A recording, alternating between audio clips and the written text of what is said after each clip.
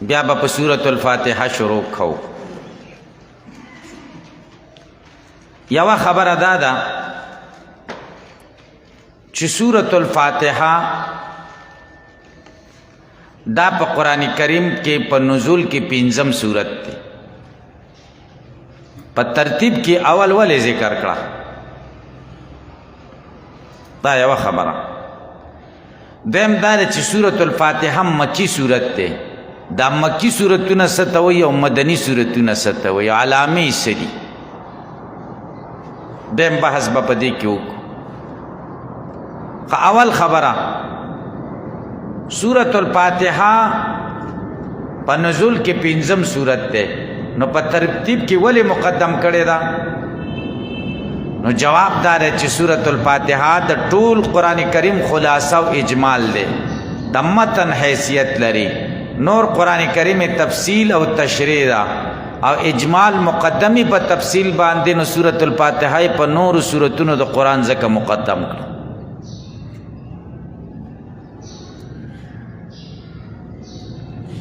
سورۃ الفاتحه څنګه اجمال دی او نور قرآن څنګه تفصیل دی، دې خبره کې لږ وضاحت کو. سورۃ الفاتحه ځکه اجمال دی چې د ټول قرآن کریم مضامین په سورۃ الفاتحه کې موجود دي. اول، شیخ الاسلام علامه شبیر احمد عثمانی رحمه الله وی قرآن کریم کې شپږ مضامین بیانېږي. اول مضمون د توحید، دویم مضمون د رسالت، دریم مضمون د احکامو، څلورم مضمون د قیامت، پنځم مضمون د منونکو احوال، شپږم مضمون د نه منونکو احوال. په ټول قرآن کریم کې دا شپږ مضامین ذکر کیږي او په سورۃ الفاتحه کې دا شپږ واړه مضامین بالاجمال ذکر دي. توحید په الحمدللہ رب العالمین الرحمن الرحیم کې ذکر ده. رسالت په انعمت علیہم کې ذکر ده، ځکه منعم علیہم سلور جماعت دي، انبیاء کرام پکې سر فہرست دي. احکام په ایاک نعبدو کې ذکر دي، ځکه په نعبدو کې د عبادت ټول اقسام او طریقو ته اشاره شوې ده. د قیامت حالات په مالک یوم الدین کې ذکر دي، د منونکو احوالو ته په انعمت علیہم کې اشاره شوې ده، د نه منونکو احوالو ته په غیر المغضوب علیہم ولا الضالین کې اشاره شوې ده. نو ټول قرآن کریم کې چې کوم شپږ مضامین او مقاصد بیانېږي دا ټول بالاجمال په سورۃ الفاتحه کې ذکر شو. نو سورۃ الفاتحه د ټول قرآن اجمال شو. دیم، بعض عالمان وی چې قرآن کریم کې درې مضامین بیانېږي. اول مضمون اصلاح العلم والعقیده، علم و عقیده دې صحیح شي، قرآن ستا عقیده سمای. دویم اصلاح العمل، عمل دې صحیح شي. دریم الترغیب والترهیب. اصلاح العلم والعقیده مذکوره ده په اولو درې آیاتونو کې. الحمدللہ رب العالمین الرحمن الرحیم مالک یوم الدین، د خدای د ذات او د صفاتو سره د اشنا کوي. نو دا اصلاح د علم او د عقیدې شوه.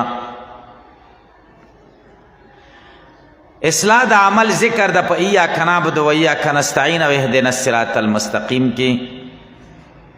او الترغیب او ترهیب ذکر ده په صراط الذین انعمت علیہم غیر المغضوب علیہم ولا الضالین کې. نو قرآن کریم ټول په سورۃ الفاتحه کې راغی. درېمه وجه چې ټول قرآن کریم په سورۃ الفاتحه کې موجود. امام المفسرین حضرت علامہ حسین علی رحمه الله فرمای چې امام ربانی رحمه الله د حضرت علی رضی الله تعالی عنہ نه نقل کړي دي او په تفسیر مواهب الرحمن کې هم دا ذکر دي چې د ټولو آسمانی کتابونو قرآن کریم خلاصه په سورۃ الفاتحه کې موجود ده. ځکه قرآن کریم د مضامینو په اعتبار سره څلور حصې ده. قرآن کریم څو حصې ده؟ څلور حصې. او هر حصہ په الحمدلله سره شروع شوې ده.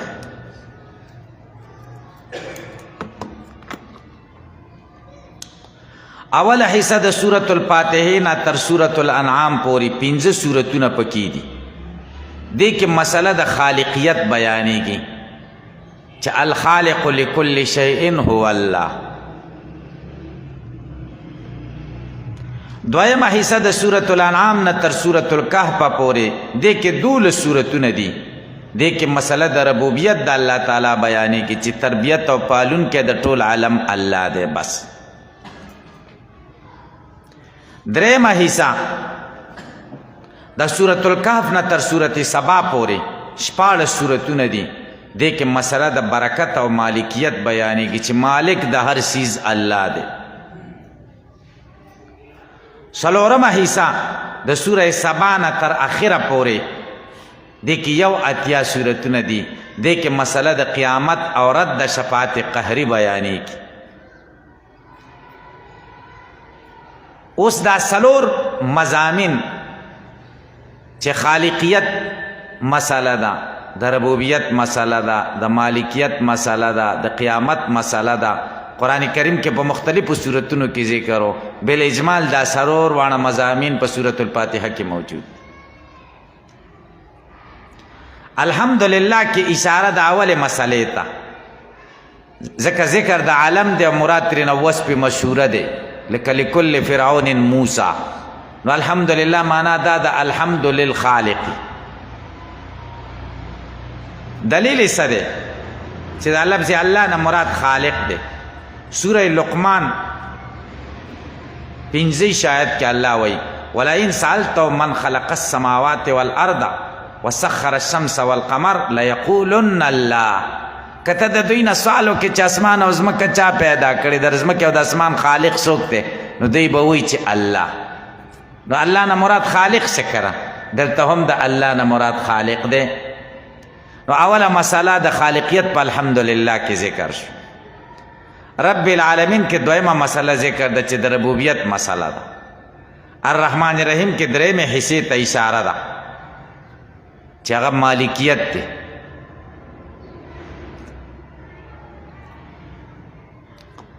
او مالک یوم الدین کې څلورمه مسلې ته اشاره ده چې هغه مسله د قیامت ده. نو ټول قرآن کریم په سورۃ فاتحه کې موجود شو. سورۃ فاتحه خلاصه بیا بسم الله الرحمن الرحیم ده. ځکه په بسم الله الرحمن الرحیم په لفظ د الله کې خالق ته اشاره ده، خالقیت ته. او پر رحمان الرحیم کې برکت او مالکیت ته اشاره ده. ځکه د بادشاهۍ والا ذات هغه چې انتهایی رحم والا وي. نو چې خالق هم دی او مالک هم دی نو مربی هم دی. نو د ربوبیت مسله ضمناً معلومه شو. او چې دنیا کې کوم ذات خالق ومي، مالک ومي او مربی ومي، نو په آخرت کې به هم مالکی. نو څلورمه حصه التزاما معلومه شوه چې مسله د قیامت ده، مالکیت د قیامت په ورځ. همدا شان دا درې وجې شوې چې ټول قرآن کریم په سورۃ فاتحه کې موجود. څلورمه وجه د حضرت عبدالله ابن عباس رضی الله عنه نه منقول دي او تفسیر خازن کې دا خبره مذکوره ده چې د هر چیز د پاره خلاصي او د قرآن کریم خلاصه حوامیم دي. هغه سورتونه چې سر کې حامیم لفظ راغلی. د حوامیم مبدا، حوامیم د کم ځای نه شروع کیږي؟ مبدا کم صورت؟ مبدا سوره زمر دی. او د سوره زمر دعوه دا ده چې عبادت صرف د الله کوي، فاعبد الله مخلصا له الدین. او همدغه مطلب د سورۃ فاتحه په ایاک نعبدو کې ذکر دی. دا سوره زمر خو مبدا شو. او د حوامیم سبا و خلاصه و دعوه داره چې په مشکلاتو کې غایبانه اواز صرف او صرف الله ته کوي. دا مخصوص عبادت چې دعا ده دا صرف الله ته کوي، د الله نه څیزونه غواړئ. نو گویا کې ایاک د حوامیم سبا و خلاصه ایاک نستعین شو. د ټول قرآن کریم خلاصه حوامیم سبعه دي او د حوامیم سبعو خلاصه ایاک نستعین. خاص تانه مدد غواړو، د بل چانه مدد نه غواړو. او د ایاک نستعین خلاصه په بعد بسم الله الرحمن الرحیم کې موجوده ده، ځکه بعد استعانت د پاره ده. نو د قرآن خلاصه حوامیم سبعه، د حوامیم سبعه ایاک نستعین، د ایاک نستعین خلاصه بعد بسم الله الرحمن الرحیم.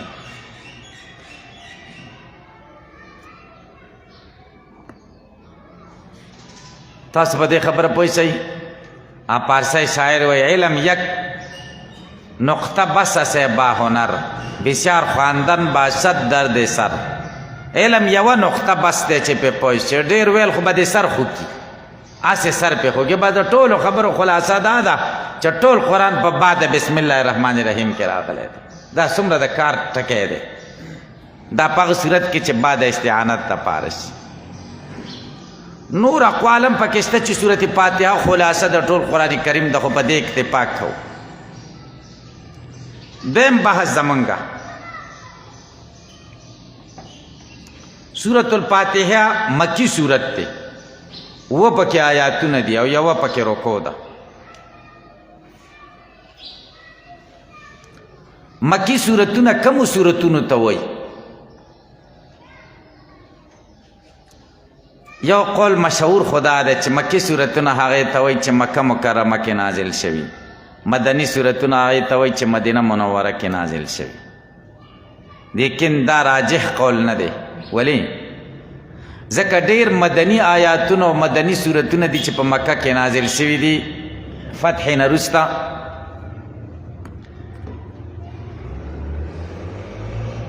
دویم قول دا دی چې مکی سورتونه هغه دي چې د هجرت نه وړاندې نازل شوي، که مکه کې نازل شوي، که په سفر کې چېرته د مکې نه بهر نازل شوي. او مدني سورتونه هغې ته چې د هجرت نه وروسته نازل شوي، که مدینه منوره کې نازل شوي، که چېرته سفر کې نازل شوي، او که بیا په مکه کې نازل شوي. دې ټولو ته څه وایي؟ مدني. دا یوه خبره شوه. دویمه دا ده چې بعضې مکي سورتونه یې په هغې کې مدني آیاتونه یي، بعضې مدني سورتونه یې په هغې کې مکي آیاتونه یي. نو موږ به دې صورت ته چې مدني آیت پکې راغی مکي وایو که مدني به ورته وایو. دویم دا دی چې مکي آیت پکې راغی دې صورت ته به اوس مدني وایو که د هغه آیاتونو د وجې نه به ورته مکي وایو. د دې کې درې قوله دي. بعضې عالمان وایي دارومدار د مکي کېدلو او مدني کېدلو په اکثریت بنا دی، چې اکثر پکې مدني آیاتونه و نو دا صورت به مدني، او چې اکثر پکې مکي و نو دا به مکي. دا یو قول شو. دویم قول دا دی چې اعتبار ابتدا د صورت ته دی، که ابتدا د صورت مکي آیاتونه و نو دا صورت به مکي، او که ابتدا مدني و نو دا به مدني. دریم قول دا دی چې دارومدار او اعتبار منتها د صورت ته دی. دریمه خبره دا ده چې دا مکي او مدني به موږ څنګه پیژنو چې مکي صورت دا مکي دی او دا مدني دی؟ دا به موږ څنګه پیژنو؟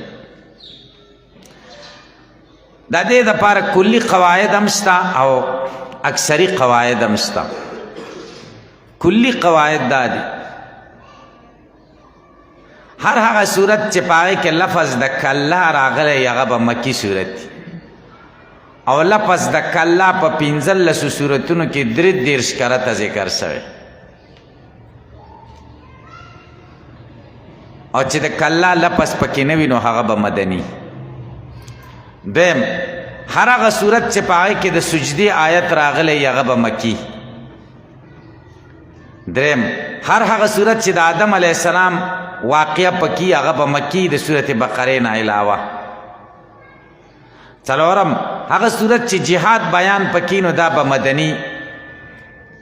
پنځم هر هغه صورت چې په هغې کې د منافقینو بیان یا هغه به مدني د صورت العنکبوت نه ما سوا، ځکه دا مکي دی او د منافقینو تذکره ده پکې. خدای آیاتونه پکې مدني دي چې کومو کې د منافقینو تذکره دا خو کلی قواعد پنځه اکثری قواعد اول په مکی صورتونو کې اکثره مخاطبه کیږي په یا ایها الناس سره او په مدني صورتونو کې اکثره مخاطبه کیږي په یا ایها الذین آمنوا سره خطاب کی خدا اکثره سورۃ بقره مدنی ده او خطاب پکې 50 سره شوی یا ایها الناس اعبدوا اکثره داسې دویم د مکی صورتونو او د مکی صورتونو آیاتونه اکثره مختصری او مدنی صورتونه اکثره اوږده آیاتونه اوږده دریم مکی صورتونو کې اکثره توحید او رسالت او د قیامت بیانې او د ماضیو بیانې احکام پکې ډېر لږ ذکر کیږي او مدنی صورتونو کې د تدبیر المنزل او د سیاست مدنی مسائل او د اصلاح د معاشري مسائل ډېري د اصول په نسبت سره پرو پکې ډېر او احکام د جهاد او د حدود او د فرایضو پکې ډېري څلورم په مکی صورتونو کې مخاصمه د مشرکینو سره او په مدني صورتونو کې مخاصمه د يهوديانو سره د نصاراو سره او د منافقینو سره په پوښوي پنځم ترتیب د مکی صورتونو او طریقه د بیان اکثره شکوي په دې کې استعارات تشبیهات او امثالی او ذخیره د الفاظ ډېره کثیره وسیع استعارات پکې زیات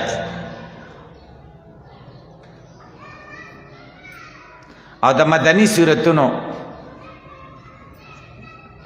طریقه د بیان اکثر ساده باده خبري او احکام پکې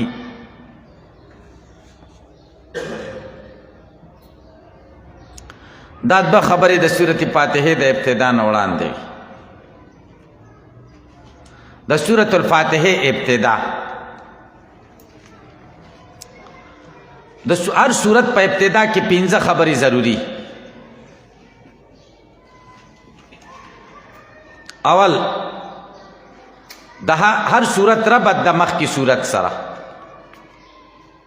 یو دیم د هر سورت دعوه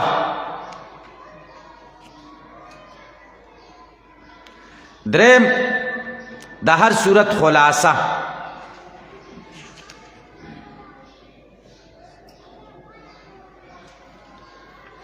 سلورم حل د الفاظ مفرده او د سورت پنځم مسائل مستنبطه من السورت هر سورت کې به دا 15 مباحث سورۃ الفاتحه خو د اول خبرې نه مستغنی ده چې مخکې سورت سره ربط سره ځکه مخکې تی سورت نشته دا د ټولو نه مخکې دی ربط بیانول ضروری نه دي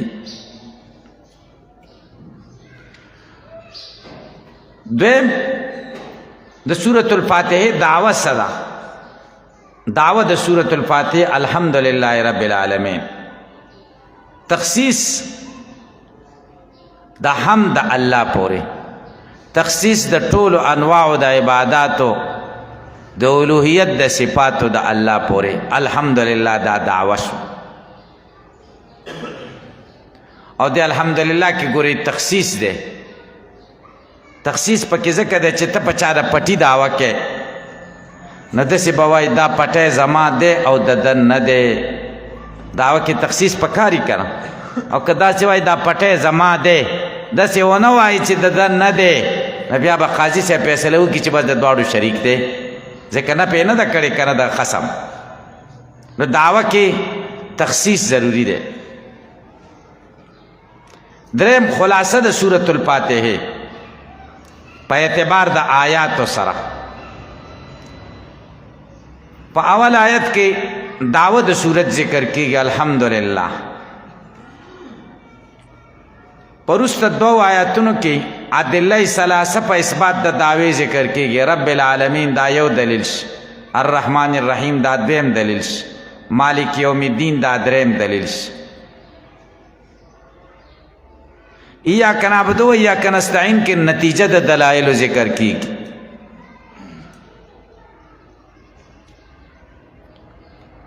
بیا وروسته تعلیم د دعا من الله، د خدای نه به څنګه دعا غواړې، اهدنا الصراط المستقیم. د دعا نه وروسته فروق ثلاثه ذکر کیږي، منعم علیهم، مغضوب علیهم او ضالین. صراط الذین انعمت علیهم غیر المغضوب علیهم ولا الضالین. دا یوه خلاصه شو د صورت. دویمه خلاصه امام رازی رحمه الله تفسیر کبیر کې ذکر کړی دا، هر کله چې یو مسلمان ووایي الحمدلله، ټول صفتونه الله لره دي. گویا کې یو سائل راغی او سوال یې وکړو چې په الحمدلله کې دوه خبرې دي. یو دا چې ته خدای ته هم ثابتې چې خدای موجود دی که نه، نو فما الدلیل علی وجوده، د خدای په وجود څه دلیل دی. دویم ته دا معلومیږي چې دی مستحق د حمدم دی، او څه دلیل دی په دې چې دی مستحق د حمد دی. چې تا کله دعوه ذکر که الحمدلله، نو دې نه دوه خبرې معلومې شي. یو دا چې الله موجود دی، نو سائل در نه سوال کوي مد دلیل علی وجودی. دویم ته دا مسله معلومه شي چې حمد مختص دی د الله پورې، مستحق د حمد دی. نو سائل در نه سوال کوي چې ولې دی مستحق د حمد دی، د دې څه دلیل دی؟ نو رب العالمین الرحمن الرحیم مالک یوم الدین، دا جواب دا ولې خبرې شي چې ته تپوس کې چې د الله د وجود څه دلیل دی. نو دلیل یې دا دی چې رب العالمین الرحمن الرحیم مالک یوم الدین.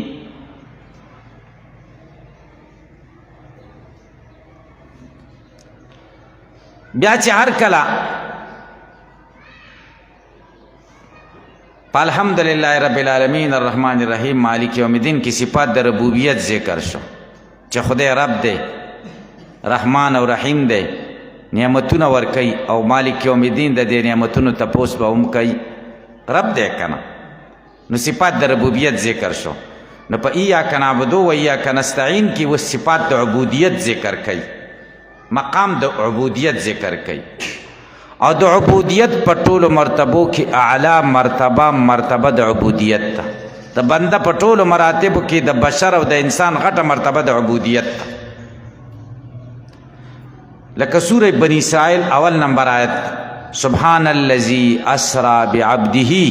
هلته د نبی کریم صلی الله علیه وسلم په صفاتو د کمال کې صفت د عبودیت ذکر که، عبد.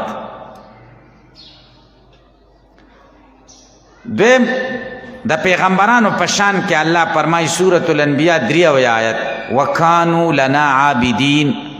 دا پیغمبران و زمونږ دپاره عبادت کوونکي. نو د پیغمبرانو صفت یې څه ذکر که؟ عابدین. سوره مریم کې عیسی علیه السلام زانګو کې چې خبرې کړې وې، نو سی ویلي و انی عبدالله اتانی الکتاب. ګورې د عبودیت صفت یې ذکر کړی چې ځکه دا مرتبه د کمال ده که. هر کله چې مقام د عبودیت په مرتبو کې اعلی مرتبه شوه، دا نه حاصلېږي مګر د خدای په توفیق باندې. نو ایاک نستعین یې ورپسې ذکر کړه چې خدایه د عبودیت په دې مرتبه کې ته زموږ مدد وکړي.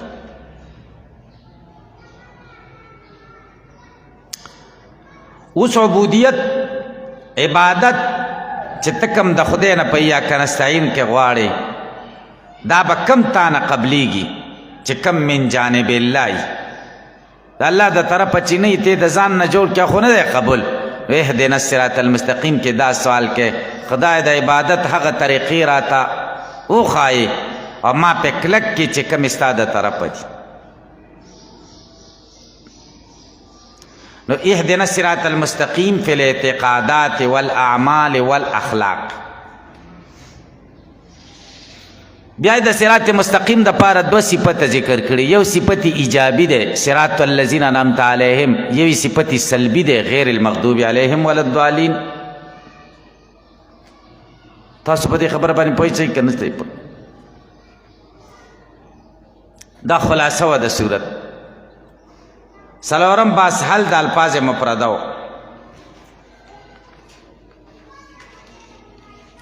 او تفسیر د سورت. بسم الله الرحمن الرحیم. خاص په مدد د نوم د الله رحمان رحیم ز شروع کوم. دا تحت لفظي ترجمه ده د بسم الله. خاص مونږ د کم ځای نه ویستو. بسم الله الرحمن الرحیم هم دا شراونه مقدم که دین هم خاص لفظ ویست. مدد هم د کم ځای نه ویسته د بانه.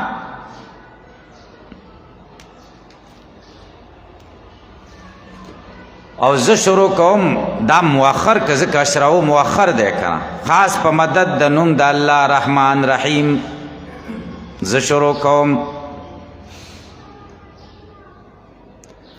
بسم الله الرحمن الرحیم کې یو سال پاس دی، یو پکې با ده. دا با یا د استعانت د پاره ده یا د الصاق د پاره ده. راجح قول دا دی چې دا د استعانت د پاره ده. دیم لپس پکې د اسم راغلی. اسم کې مختلف لغتونه راغلي دي.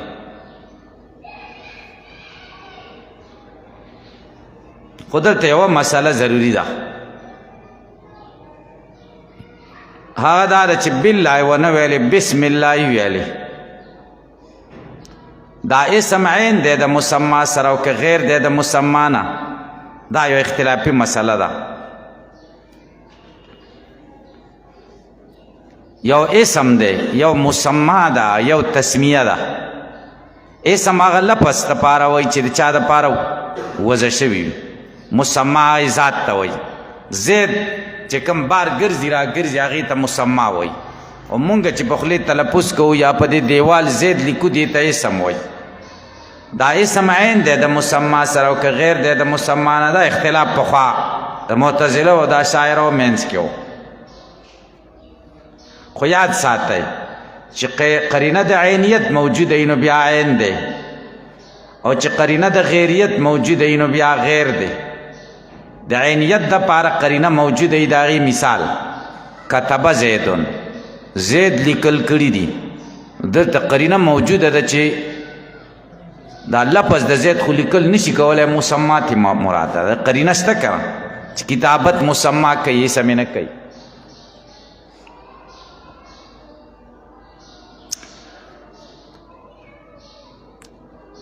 او د غیریت دپاره مثال چې قرینه موجوده وي نو بیا غیري لکه کتبه زیدون، زید لیکل شوی دی. زید نه دلته مراد اسم دی، او دا اسم غیر دی د مسما نه، ځکه اسم لیکل شوی او مسما نه د لیکل شوی. او چې کله قرینه نه د عینیت وي او نه د غیریت، لکه رأیت زیده ته وایي زید مې لیدلی دی. نو د زید نه لفظ د زید دی لیدلی په دیوال، او که نه په سړک دی زید لیدلی، مسما د زید.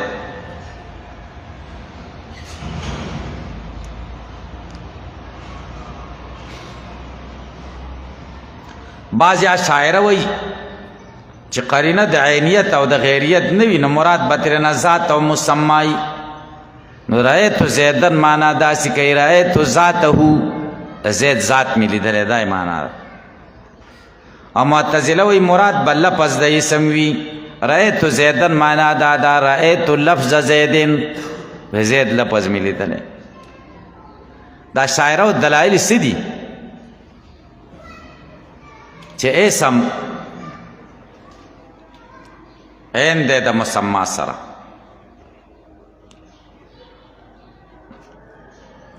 د اشاعرو یو څو دلایل دي د بعضې اشاعرو. اول دلیل سوره رحمان 78 آیت تبارک اسم ربک، مبارک دی اسم د رب ستا.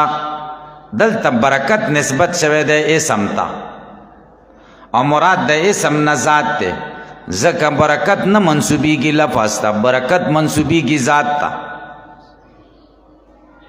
اگر چې اعتراض پشته ګورئ ښه، لکه د خدای ذات چې څنګه مبارک دی همدارنګه اسماء یې مبارک دي که نه.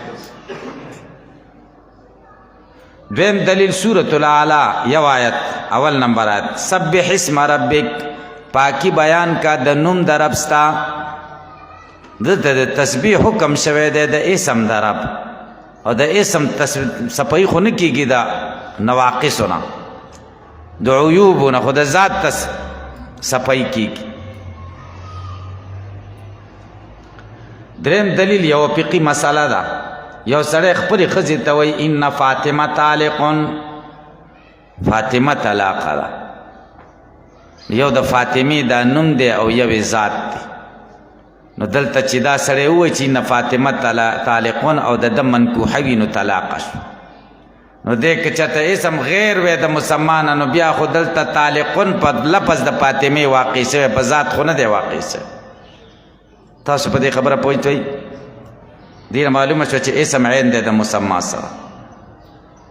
د معتزله و دلایل. د معتزله و اول دلیل قرآن دی. قل ادعوا الله وادعوا الرحمن ایما تدعو فله الاسماء الحسنى. ورته ووایه الله را بلی او که رحمان را بلی، کم یو چې را بلی د الله دپاره ښایسته نومونه دي. د الله نومونه متعدد دي. که اسم عین شي د مسما سره نو اسم خو متعدد دی، نو مسما به هم متعدد شي. اسم کې تعدد دی او مسما کې تعدد نشته. دویم دلیل حدیث شریف کې دی، ترمیزی حدیث دی. د الله د پاره یو کم سل نومونه دي. معتزله وایي اسم که عین شي د مسما سره نو په اسم کې چې تعدد راغی نو په مسما کې هم راغی که نه. حال دا دی چې په مسما کې خو تعدد نشته. دریم دلیل اسم مرکب دی د اصواتنا او ذات مرکب نه دی، ځکه ذات د الله خو بسیط دی که نه، ذهنن و خارجن. نو څنګه ورته عین وایي؟ اسم مرکب دی نو بیا به ذات هم مرکب شي چې عین شي د مسما سره. څلورم اسم مختلف کیږي په اختلاف د اقوام او لغاتو سره. څوک د الله دپاره یو نوم استعمالوي، د بل زبان والا بل نوم، د بل زبان والا بل نوم. په اختلاف د اقوام او ژبو سره خو اسم بدل شو نو مسما بدلیږي. مسما کې خو تغییر نه راځي که نه. دا د دې دلایل شو. قاضي بیضاوي رحمه الله پکې محاکمه کړې ده. هغه وایي دا نزاع لفظي ده، ځکه د اسم نه د مراد لفظ دی نو بیا غیر دی د مسما نه، لکه معتزله چې څنګه وایي. او که د اسم نه مراد ذات شي نو بیا عین دی د مسما سره، لکه اشاعره چې څنګه وایي. د اسم اطلاق په لفظ هم کېږي او په ذات هم کېږي. نو که چېرته د اسم نه لفظ واخیستلی شي نو بیا غیر دی د مسما نه، لکه معتزله چې څنګه وایي. معتزله چې وایي چې غیر دی نو لفظ ته مراد کوي، او اشاعره چې عین کوي د اسم نه مراد ذات کوي، نو بیا خبره سمه ده. تاسو په دې خبره پوه شئ که نه شئ پوه؟ بل لفظ د الله دی. د الله لفظ قرآن کریم کې 2699 کرته راغلی دی.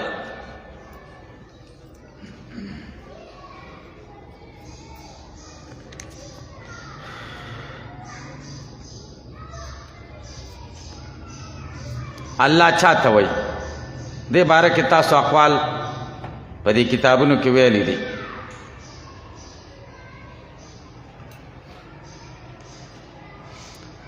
اول خو اختلاف دی په اشتقاق د لفظ د الله و عالمیت کې. بعضې وایي دا علم دی مشتق نه دی، او علم دی د ذات واجب الوجود دپاره چې مستحق دی جمیع صفاتو د کمال لره.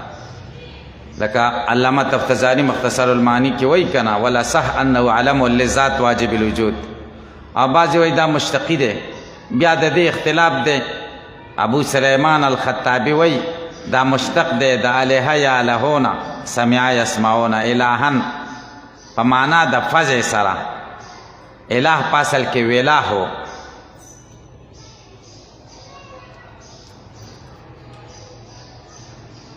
کأن الخلق یفزعون الیه فی حوائجهم، گویا کہ دا مخلوق جزا فزع په جز فز او ویرې سره دته ورځي په خپلو حوایجو کې نو ځکه ورته اله وایي.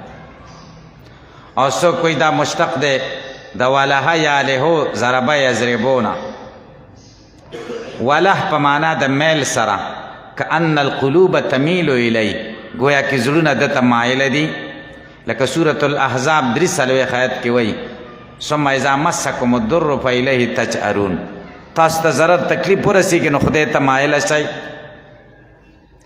او چا ویلي دي دریم قول چې د الهه یالهو نه دی په معنا د حیرانتیا سره، لأن القلوب تتحیر عند التفکر فی عظمتی. د خدای په عظمت کې چې سړی سوچ کوي نو زړونه ټول حیران شي چې دا په څه کې ولګېدلو. او څوک وایي د فتحه یفتحو نه د الهه یالهو په معنا د عبادت سره. ویذرک و الهتک و عبادتک د ابن عباس نه منقول دي. تعلق تعبد ته وایي نو معنا د اله به داسې شي چې معبود.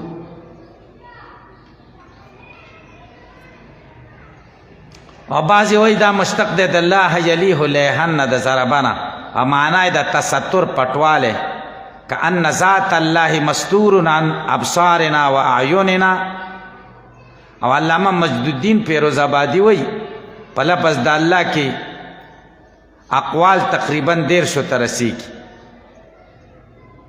علامه موسی خان بازی رحمه الله په لفظ د الله باندې مستقل کتاب لیکلی په 2 جلده کې 6.5 صفحې تقریبا، فتح الله بخصائص الاسم الله. او په دې کې 9.5 خصوصیتونه د اسم د الله ذکر کړي. بهر تقدیر دا خبره تاسو په نورو کتابونو کې کړي. رحمان او رحیم، لفظ د رحمان قرآن کریم کې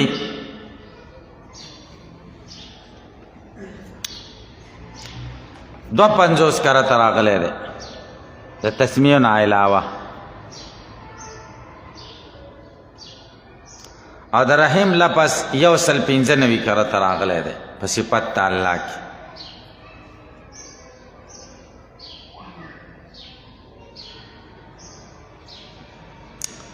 رحمان او رحیم باندې مشهور اعتراض دی، هغه دا چې رحمان ولې مقدم که د رحیم نه. رحمان کې مبالغه زیاته ده د رحیم نه، او طریقه د تعلیم دا ده چې ترقی کېږي د ادنا نه اعلی ته. یو جواب دا ده چې رحمان د دې تعلق د چا سره دی؟ دنیا سره. او د رحیم تعلق د آخرت سره دی. دنیا مقدمه ده په آخرت، نو ما یتعلق بالدنیا مقدم شه په ما یتعلق بالآخره.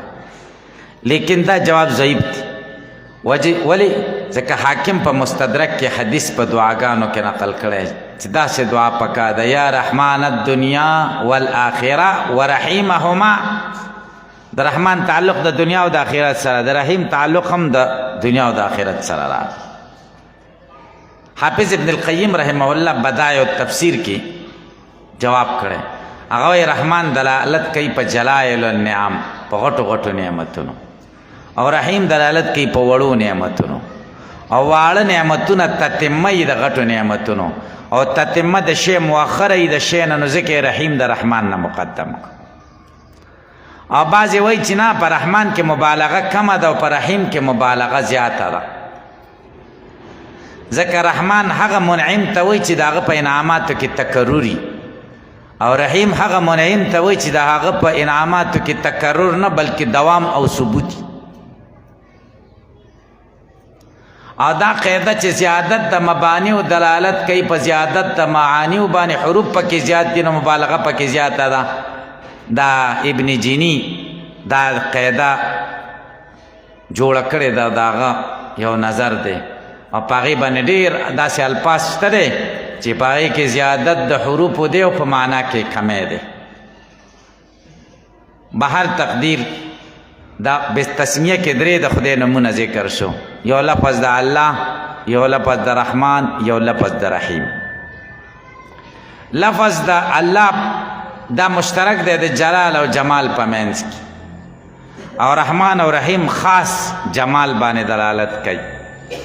تاسو په دې خبره پوه لفظ الله مستجمع د جمی صفاتو د کمال ده، نو جلال هم پکې شته او جمال، غصه او مهرباني، نرمي او غصه دواړه په لفظ الله کې شته. او رحمان او رحیم خالص نرمی ده، خالص رحمت ده. نو دې کې دې خبرې ته اشاره وشوه چې الله تعالی موږ ته وایي تاسو خدای سره ځانونه پیوسته کوئ، الله تعالی سره ونښلئ، د خدای عبادت وکئ، ځکه د خدای رحمت د خدای د غضب نه زیات دی. که څومره هم ګناهګار یې خدای ته راځه، د خدای د توبې دروازه نه بندېږي. که څومره توبه ماته خدای وایي بیا هم راځه، ځکه زما رحمت د غضب نه زیات دی. بسم الله جز د صورت دی او که جز د قرآن دی، دا اختلاف تاسې نورو کتابونو کې ویلی، دلته به پکې ټیم به پکې ډېر نه تېرو، خو زمونږ مسلک دا دی چې تسمیه جز د قرآن دی، بس جز د صورت فاتحه او د هر صورت نه دی. او شوافی وایي چې جز د صورت فاتحه دی او د هر صورت دی، او که نه دی شوافیو کې دننه اختلاف دی. او مالکیانو ته دا قول منصوب دی چې هغوی نه د جز د قرآن مني او نه جز د صورت مني. دا هغه تسمیه یادوم چې کومه په ابتدا د صورتونو کې راغلی ده، هغه تسمیه نه چې کومه صورت النمل کې ده، انه من سلیمان و انه بسم الله الرحمن الرحیم، هغې کې اتفاق دی چې هغه جز د قرآن هم ده او جز د صورت النمل هم ده، هغې کې اختلاف نشته. په دې خبره تاسو پوه شئ.